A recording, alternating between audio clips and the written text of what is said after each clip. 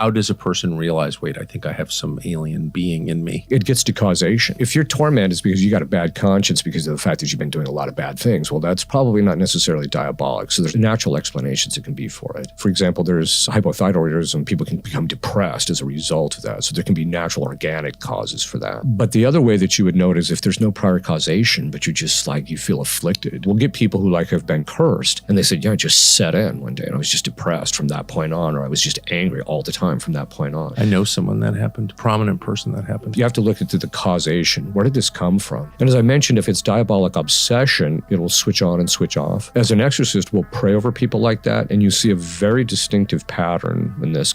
As you're trying to assess whether this is demonic. Yes, correct. Because sometimes it's just psychological. So you show up, you get the call, I or someone I love, I think is possessed. You show up at the house and tell us what you do if you don't mind and how you make that determination. Usually we'll do kind of an initial intake or interview. We actually have a vetting process because the Society of Priests, we get it ranges from anywhere from 400 to 800 requests for help a month. I always tell people, I got pretty good job security.